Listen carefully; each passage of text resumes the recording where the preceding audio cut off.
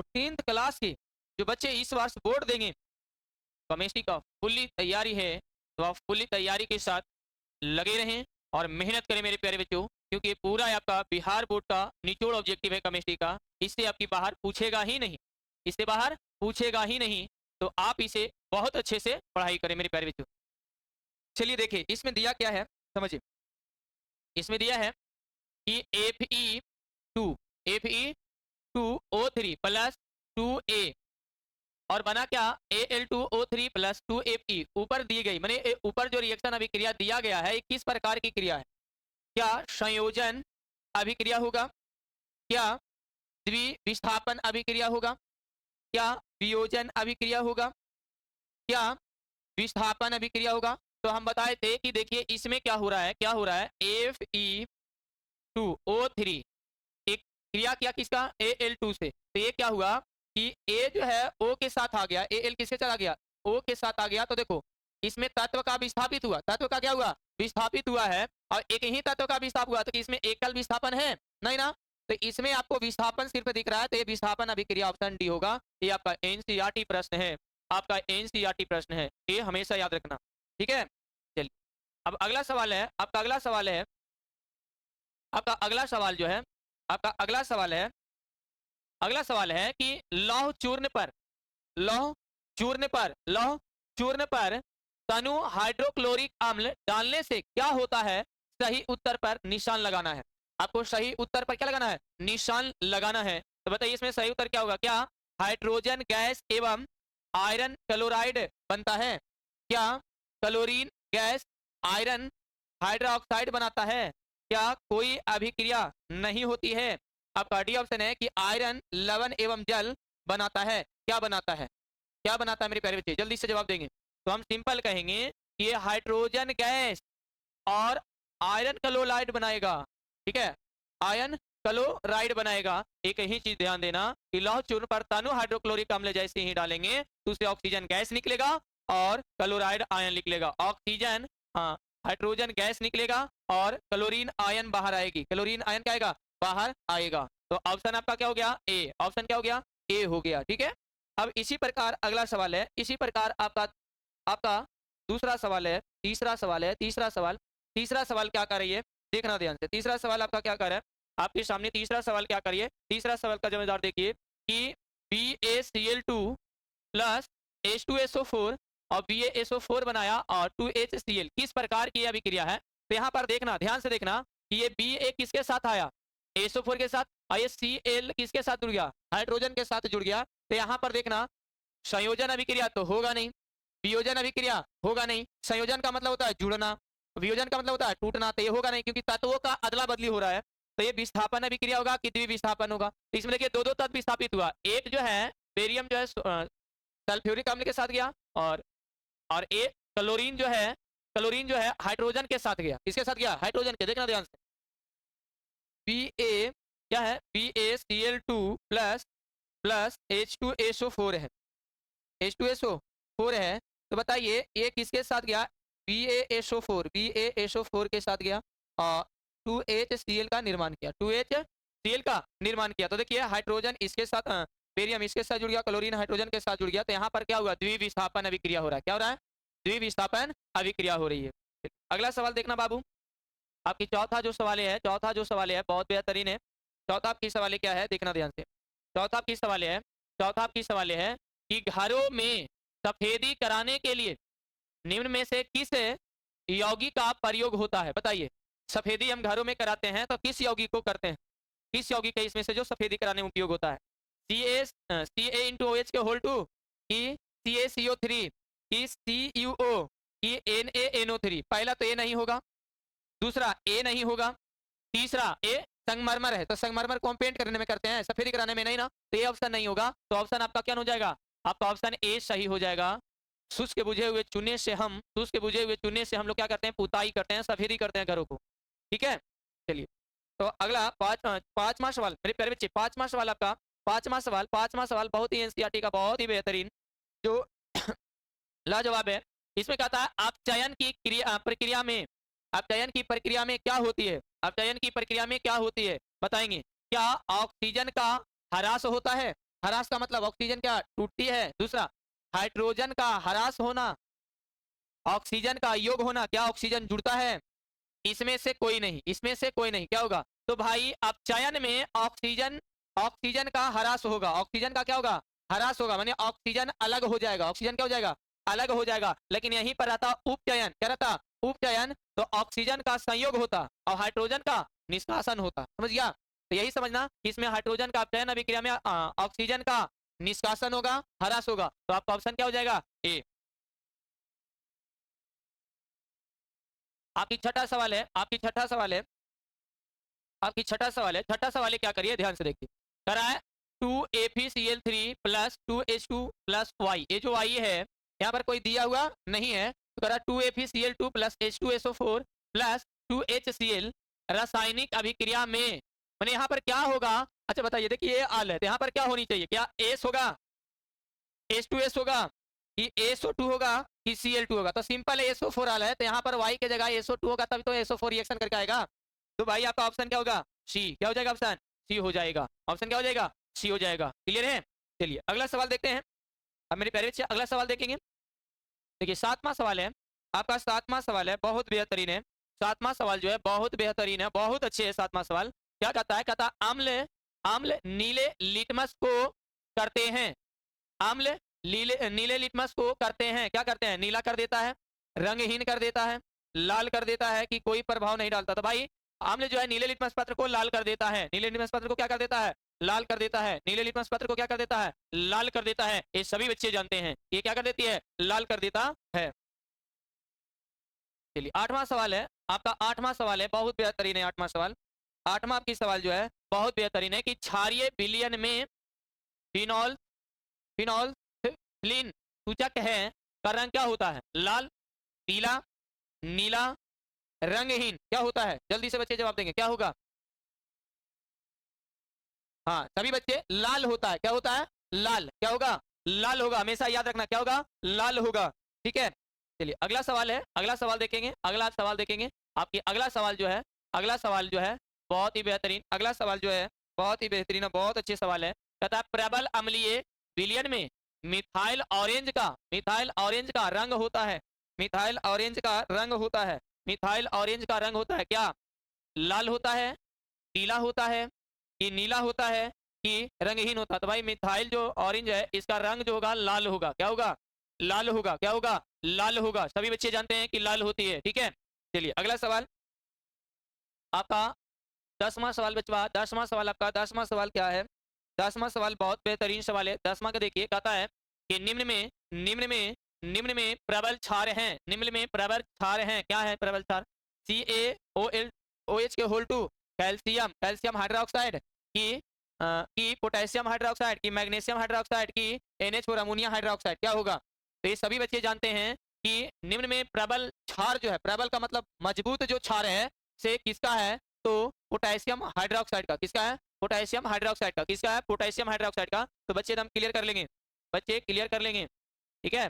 चलिए 11 का सवाल है, 11 का सवाल है, 11 का सवाल है कि निम्नलिखित में, निम्नलिखित में द्रुबल अम्ल है, निम्नलिखित में द्रुबल अम्ल है, द्रुबल अम्ल क्या है, HCl, क्या HCN, क्या HNO3, क्या H2SO4। ये तो मजबूत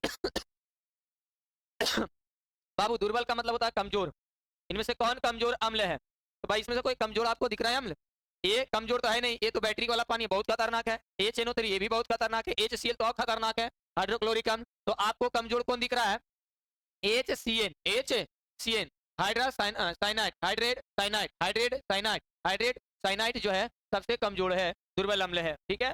चलिए अगला सवाल 12 का सवाल, 12 का सवाल देखेंगे मेरे प्यारे बच्चे। 12 का सवाल बहुत खतरनाक है, ये एनसीईआरटी प्रश्न जो है बहुत बेहतरीन प्रश्न देती है एनसीईआरटी मेरे प्यारे बच्चे। ठीक है। तो देखिए इसमें कहता है एसेटिक अम्ल एक दुर्बल अम्ल है, एसेटिक अम्ल एक दुर्बल अम्ल है, क्यों, क्यों है दुर्बल अम्ल, क्या इसमें पानी की मात्रा अधिक होती है, क्या इसके आयन की मात्रा कम होती है, क्या यह एक कार्बनिक अम्ल है, क्या यह एक अकार्बनिक अम्ल है। तो हम बताते हैं कि इसके आयन की मात्रा कम होती है। तो ऑप्शन आपका बी होगा, क्या होगा, ऑप्शन आपका बी होगा, इसके आयन की मात्रा क्या होती है, कम होती है, ये हमेशा ध्यान देना बचवा, ठीक है। चलिए अगला देखिए, 13 की सवाल है, 13 की सवाल है, बहुत बेहतरीन दिया, 13 की सवाल है, देख ला बचवा, ठीक है। देखिए इन सब सवालों को बहुत अच्छे से, बहुत बहुत बहुत बढ़िया से आप सभी बच्चे जानते हैं कि कोई भी जनरल एग्जाम में हो, ग्रुप डी हो गया, एसएससीजीएल हो गया, आपको कोई हो गया तो सबसे ज्यादा एनसीईआरटी प्रश्न पूछती है। क्या पूछती है? एनसीईआरटी प्रश्न पूछती है तो आपको पढ़नी चाहिए, क्या करनी चाहिए? पढ़ाई करनी चाहिए, ठीक है। तेरा क्या कहता है, प्रबल अम्ल के जलीय विलयन, प्रबल अम्ल के जलीय विलयन में किसका किसका अधिक होता है? क्या प्लस हाइड्रोजन आयन का, कि OH आयनों का, कि क्लोरीन आयनों का, कि सोडियम आयनों का, किसका होता है? जल्दी से बताएंगे। प्रबल अम्ल जलीय विलयन में किसका अधिकता होता है? अधिक किस में होता है ये बताइए, इसमें कौन अधिक होता है? तो सभी जानते हैं कि प्रबल अम्ल जिसमें हाइड्रोजन आयन की मात्रा अधिक हो उसे प्रबल अम्ल कहते हैं, कि वैसा जलीय विलयन जिसमें हाइड्रोजन आयन की मात्रा अधिक हो उसे प्रबल अम्ल, और दुर्बल अम्ल कि वैसा वैसा जलीय विलयन जिसमें जिसमें हाइड्रोजन आयन की मात्रा कम हो। बताए थे। तो उसी प्रकार इसमें देखिए हाइड्रोजन आयन की मात्रा अधिकता होनी चाहिए, तब ये प्रबल अम्ल कहलाएगी। 14 की सवाल बहुत ही अच्छे है। 14 की सवाल देखिए, 14 की सवाल की H2S विलयन का पीएच मान होता है। H2S विलयन का मान क्या होता है? क्या ये क्षारीय, क्या है? शून्य होता है, 7 होगा, कि 7 से कम होगा, कि 7 से अधिक होगा? जल्दी से बताइए। तो भाई ये 7 से कम होगा क्योंकि अम्लीय है, तो ये 7 से कम होगा, 7 से कम होगा। क्यों होगा? क्योंकि ये अम्लीय है, तो ये 7 से कम होगा। सभी बच्चे जान रहे हैं, 7 से कम होगा, ठीक है। चलिए अगला सवाल,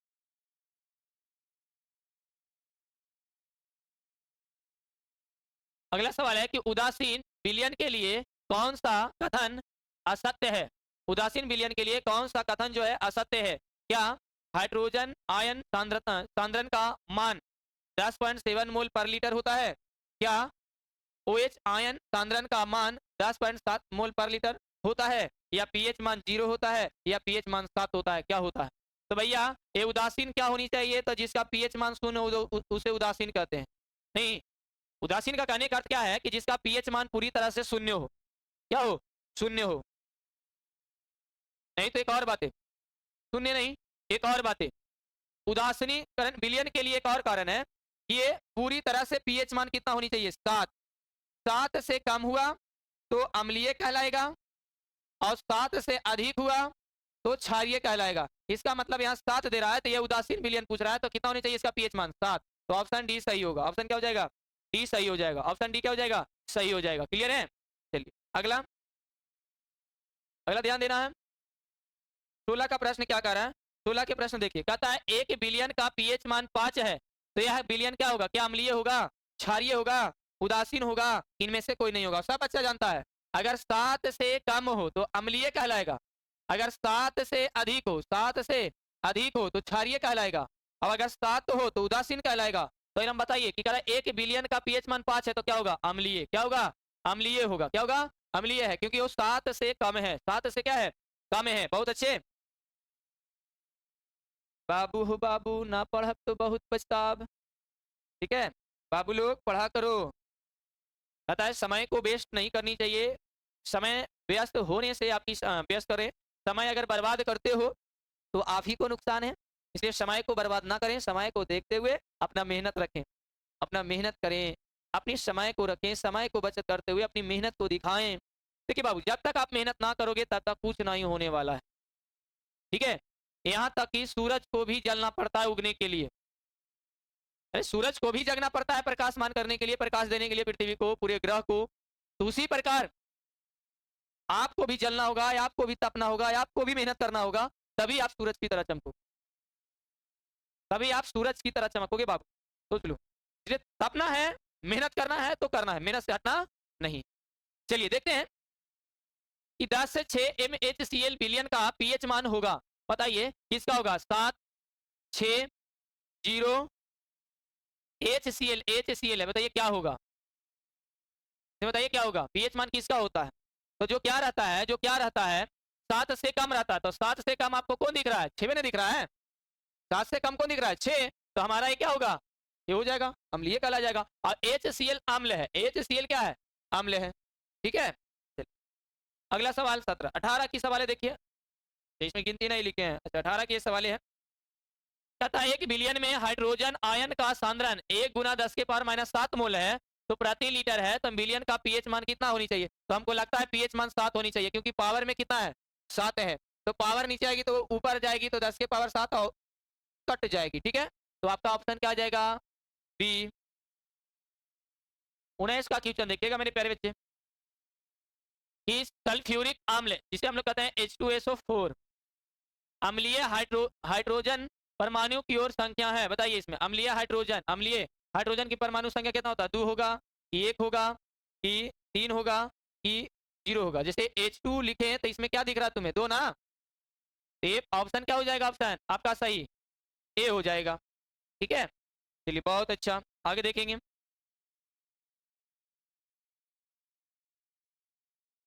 आम्ल तथा क्षार की परस्पर अभिक्रिया को क्या कहते हैं? मैं बताइए। आम्ल अगर क्षार, आम्ल प्लस क्षार, आम्ल प्लस क्षार, आम्ल प्लस क्षार, आम्ल प्लस क्षार, आम्ल प्लस क्षार, हम आम्ल और क्षार को मिलाएंगे तो जलीय विच्छेदन होगा। अब घटन होगा कि उदासीनीकरण होगा कि आयन होगा? तो सबको जानता है उदासीनीकरण। क्यों?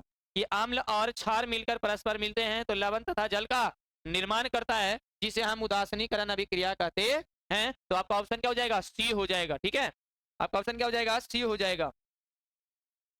चलिए 21 की सवाल देखना मेरे प्यारे बच्चे, 21 की सवाल बहुत बेहतरीन है, बहुत बेहतरीन कह नहीं सकते।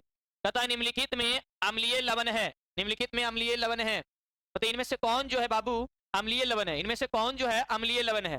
क्या NaCl, क्या NaHSO4, क्या H2SO4, क्या HCl? क्या होगा? एकदम अम्लीय लवण ढूंढना है, बताइए क्या होगा? तो भाई अम्लीय लवण क्या दिख रहा है? NaHSO4, NaHSO4। 22 की सवाल देखिए आपकी, 22 की क्वेश्चन में क्या कहती है? 22 की सवाल बहुत मजेदार है। कहता है फिटकरी, फिटकरी इसका सही अनुसूत्र है पोटास एलिमेंट का सही रासायनिक सूत्र होता है। बोलिए, यहाँ पर नाम भी दे दिया पोटास एलिमेंट, जिसे हम मर्क्यूरी सूत्र। सही बताइए सूत्र क्या होगा? ये 2013 में पूछा गया है। 2013 में क्या किया गया है? पूछा क्या Al2SO4 के होल 3 डॉट 24H2 होगा कि Al2SO4 के होल 3 इंटू 5H2 होगा कि K2SO4 Al2 इंटू SO4 के होल 3 माइनस 24H2 होगा कि K2SO4? तो देखिए यहाँ पोटासियम पोटास एलम, तो पोटास एलम देखिए सबसे कम कर रहा है कि ये 24 है, यहाँ पर 24 है, 7 है, नहीं होगा। तो ये 24 वाला काम करेगा। ये फिटकरी जिसको हम लोग कहते हैं, फिटकरी का नाम सुने होंगे, जो कटने पर अगर वहां पर लगा दिया जाए तो ब्लड कम बंद हो जाती है, तो वही काम करती है, ब्लड बंद करने के भी काम करती है फिटकरी। तो इसका फॉर्मूला होता है क्या? K2SO4 इंटू Al2 के होल 2 इंटू SO4 के होल 3 डॉट 24H2। चलिए 23 की सवाल है आपकी, 23 की सवाल है, बहुत बेहतरीन है आपकी 23 की सवाल मेरे प्यारे बच्चे, मेरे प्यारे बच्चे, कि K2SO4 Al2 SO4 के होल 3 डॉट 10H2 24H2O को जल में घोलने पर बनने वाली आयन क्या बनता है? क्या के आयन बनेगा potassium ion, aluminium ion, aluminium ion की सल्फर SO4 आयन बनेगा कि पोटेशियम एल्युमिनियम के SO4 आयन? कौन इसमें से बनेगा आयन? ये पहले बताइए कौन आयन बन के आएगा? तो देखो ये तीनों आयने हैं, ये तीनों क्या है? आयने हैं। के ion, potassium ion, aluminium ion, sulphur ion, ये सब तो क्या है? तो एक प्रकार से आयन है, ये सब क्या है? सल्फरिक आयन है, सल्फरिक आयन है। ठीक है, तो ऑप्शन सी हो जाएगा। देखिए आपका 24 की सवाल है, आपका 24 की सवाल है, बहुत ही बेहतरीन है और बहुत ही भयंकर, बहुत ही अच्छे सवाल है 24 का। ठीक है, कहता है नौसादर, नौसादर का रासायनिक सूत्र होता है क्या? NaCl, तो नमक का सूत्र होता है भैया। क्या Na2Cl3, क्या Na2SO4, क्या NH4Cl? तो नौसादर का सूत्र बताएंगे जल्दी से। तो देखो ए तो होगा नहीं, ए भी होगा नहीं, जब भी होगा तो NH4Cl को हम लोग अमोनिया क्लोराइड को, अमोनिया क्लोराइड को, अमोनिया अमोनिया क्लोराइड जो होता है, अमोनिया क्लोराइड जो होता है बबुआ, वो क्या होगा? तो आपका क्या होगा? डी ऑप्शन सही, NH4Cl, NH4Cl नौसादर का सूत्र। 25 का देखेंगे मेरे प्यारे बच्चे, 25 की सवाल है, 25 की सवाल क्या कहती है?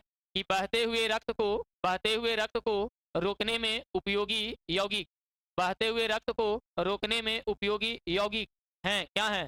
खाने वाला सोडा, नौसादर, धोवन सोडा की फिक्री? बताएं जल्दी से। तो भाई अभी हम बताए थे कि अगर तुम्हारा हाथ कट जाए, दाढ़ी बनाने में कट जाता है, ब्लड बहने लगता है, तो क्या लगाई जाती है? फिक्ट्री। क्या लगाई जाती है? फिक्टरी। क्या लगाई जाती है? फिटकरी। क्या लगाई जाती है? फिटकरी। तो ऑप्शन क्या हो जाएगा? डी हो जाएगा बबुआ, क्या हो जाएगा? डी हो जाएगा। ठीक है, 26 की सवाल देखेंगे, 26 की सवाल बहुत बेहतरीन सवाल है, 26 की सवाल जो है बहुत ही बेहतरीन सवाल है। और बच्चे इन सवालों पर ध्यान नहीं देते हैं, लेकिन बहुत बेहतरीन है, इतना बेहतरीन कि हम आपको कह नहीं सकते। ठीक है, इतना बेहतरीन सवाल है कि आपको कह नहीं सकते, लेकिन आप मेहनत जरूर कर सकते हैं। ठीक है, आप मेहनत जरूर कर सकते हैं। चलिए इन सवालों को देखो, कहता है निम्न में से कौन सा पदार्थ ऊर्ध्वपातन का गुण प्रदर्शित करता है। कहता है कि निम्न में से कौन सा पदार्थ ऊर्ध्वपातन का गुण प्रदर्शन करेगा। कौन सा पदार्थ है जो ऊर्ध्वपातन का गुण प्रकट करेगा? क्या NaCl का, क्या Na2Cl3 का, क्या NH4Cl का, क्या CaOCl2 का? तो यहाँ पर कहा पारदर्शित करेगा ऊर्ध्वपातन के समय, तो हम आपको बता दें कौन, अमोनिया क्लोराइड। कौन? अमोनिया क्लोराइड क्या प्रदर्शन कर सकता है? तो अमोनिया क्लोराइड प्रदर्शन कर सकता है। ठीक है, चलिए अगला सवाल है मेरे प्यारे बच्चे, आपकी अगला सवाल है जोरदार शानदार, ताली लगाएंगे बच्चे लोग। आपकी 27वां सवाल प्रेजेंट है। 27वां सवाल क्या प्रेजेंट है मेरे प्यारे बच्चे? बहुत ही बेहतरीन और बहुत ही अच्छे सवाल। नहीं, चलिए देखिए आपके स्क्रीन बोर्ड पर आ गया है। नहीं, देखना इन सवालों को कि पेयजल को जीवाणु रहित करने में प्रयोग किया जाता है। माने जीवाणु रहित, उसमें जीवाणु रह ही नहीं देंगे, वैसा कौन सा हम रसायन को उपयोग करेंगे, जल में डालेंगे, उसमें से हमारा जल को साफ कर देगा, कीड़े मकोड़ों को मार देगा, कीटाणुओं को फैलने नहीं देगा। तो बताएंगे जल्दी से, क्या CaOCl2, क्या CaCl2, क्या CuCl2, क्या CaCO3? ये तो पहले नहीं होगा संगमरमर, ये होगा ही नहीं। ठीक है, अब बताइए ये भी नहीं होगा कैल्शियम क्लोराइड, और कॉपर क्लोराइड तो भाई होवे नहीं करेगा। तो ऑप्शन आता है, ऑप्शन आपका आता है विरंजक चूर्ण। क्या आता है? विरंजक चूर्ण इसे बोलते हैं, इसे विरंजक चूर्ण बोलते हैं, कैल्शियम ऑक्साइड ऑक्सा क्लोराइड। ठीक है, तो इसमें CaOCl2, CaOCl2 एक इसका सूत्र है, इसका सूत्र है, तो हम अभी भी बताएं ब्लीचिंग पाउडर। किसका है? Bleaching powder. ठीक है, चलिए बहुत अच्छे। अगला अगला जो है, एक और बेहतरीन सवाल आपके पास प्रेजेंट हो रही है, बहुत ही शानदार ये सवाल है। देखो भाइयों, मेरे भाइयों, ये सवाल आप एनसीईआरटी को नहीं समझ पा रहे हैं। एनसीईआरटी बहुत बेहतरीन सवाल है, उन सवालों को समझें और मेहनत एकदम जोर से करनी है, मेहनत से पीछे नहीं भागना है, एकदम मेहनत से पीछे नहीं भागना। आपकी मेहनतें, आपकी जुनून, जुनून से लगे रहना, काहे नहीं होगा सवाल, काहे नहीं बनेगा हमसे सवाल, मैंने अड़े रहना, काहे नहीं सवाल बनेगा हमसे। तो देखिए कहता है विरंजक चूर्ण पर तनु सल्फ्यूरिक अम्ल की अभिक्रिया से गैस निकलती है। कौन सी गैस निकलती है? H2O2 Cl2 CO2। कौन सी गैस निकलती है विरंजक चूर्ण से? अभी बताए थे विरंजक चूर्ण को ब्लीचिंग पाउडर कहते हैं। तो क्लोरीन गैस निकलती है, क्लोरीन गैस निकलती है।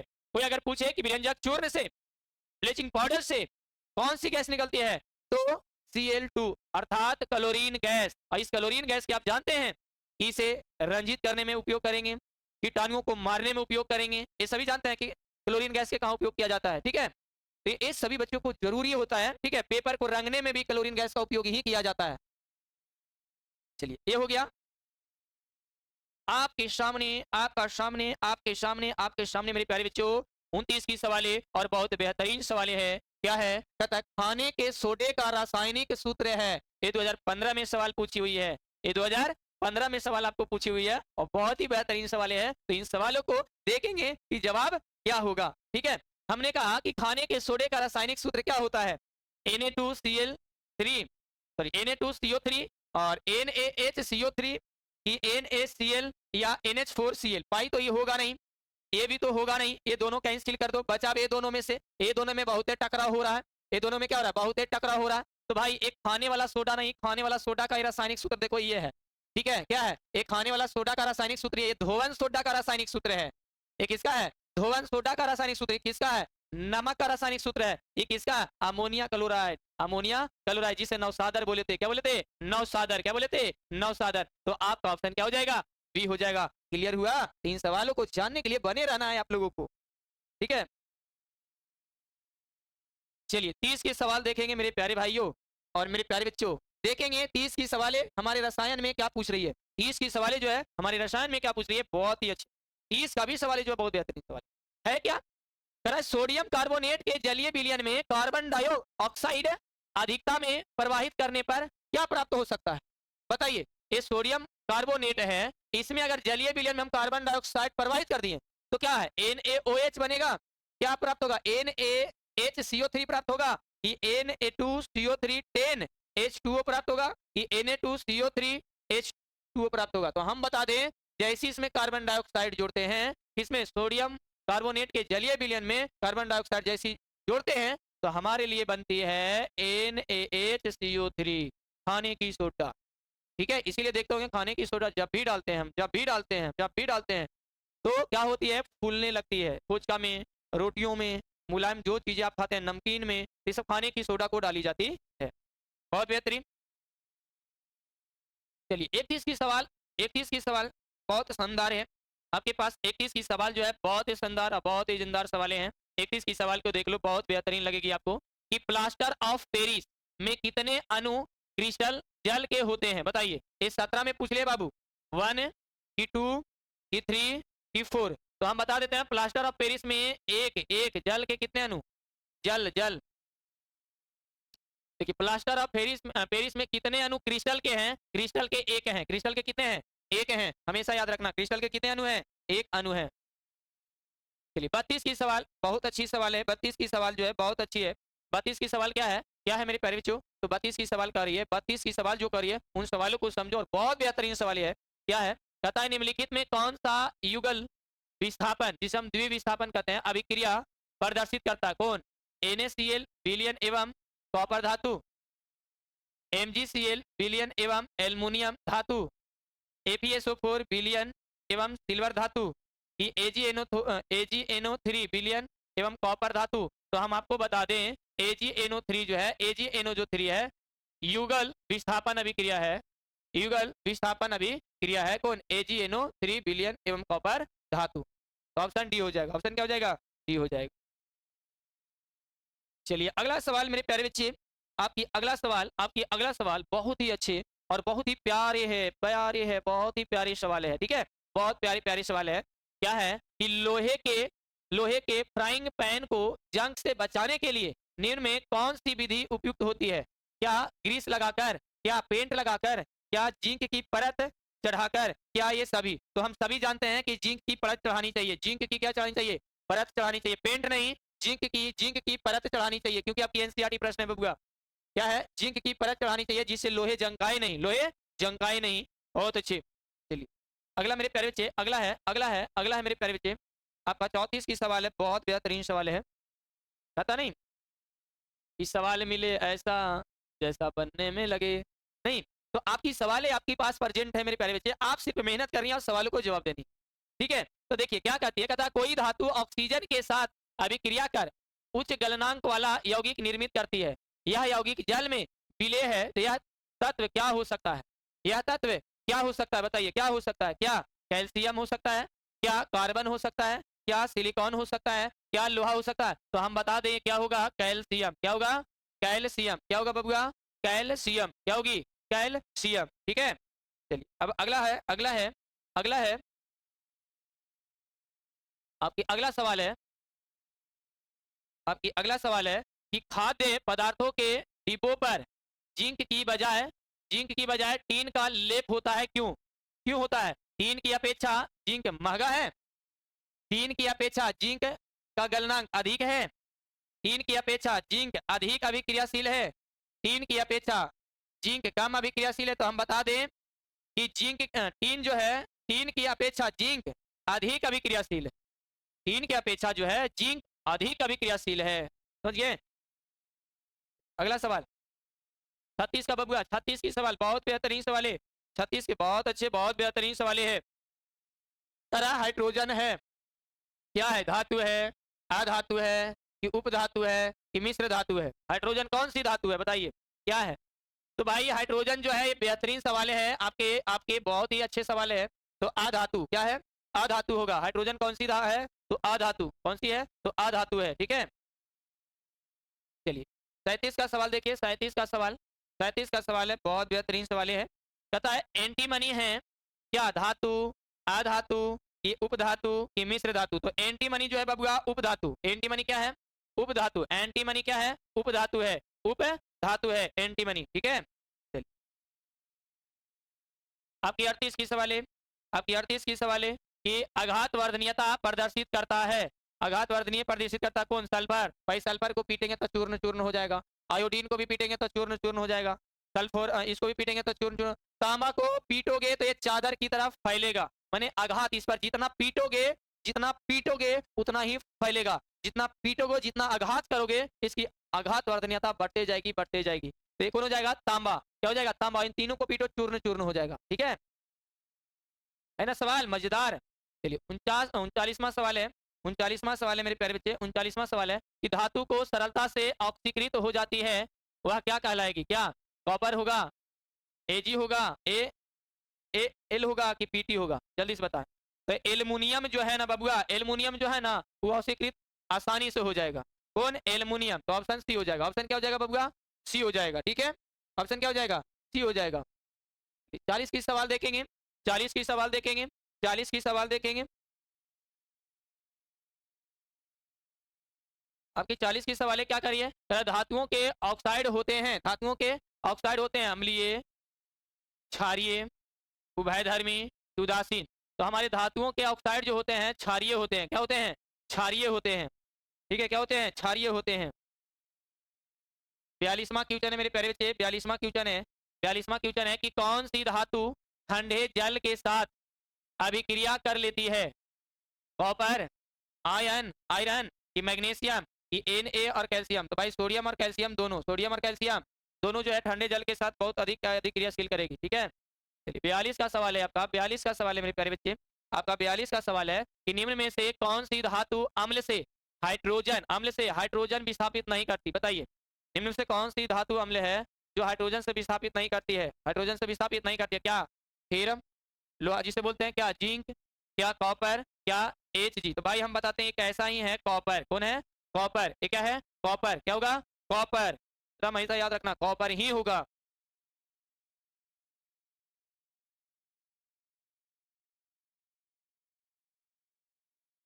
निम्नलिखित में से कौन सी धातु अम्ल में से हाइड्रोजन विस्थापित करती है? क्या Mg, क्या Pt, क्या Cu, क्या Hg? क्या होगा मेरे प्यारे बच्चे? जल्दी से जवाब देंगे, क्या होगा इसमें? क्या होगा? जल्दी से जवाब दीजिए। तो सभी जानते हैं मैग्नीशियम। क्या होगा? मैग्नीशियम। क्या होगा? मैग्नीशियम। क्या होगा? मैग्नीशियम। तो इन सवालों को जानने के लिए बहुत अच्छे कि आपने इन सवालों को पढ़े, समझे, मेहनत करना मेरे प्यारे बच्चे। आपको बहुत अच्छे सवाल है, तो इन सब सवालों को मेहनत